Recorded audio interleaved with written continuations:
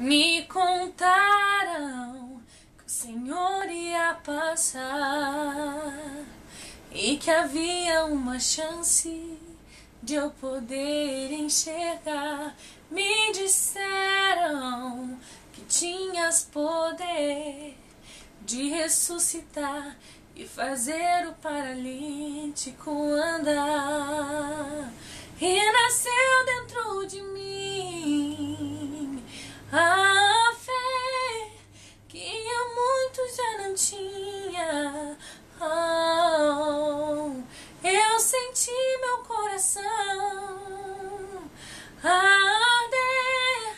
Eu gritei para o Senhor me responder.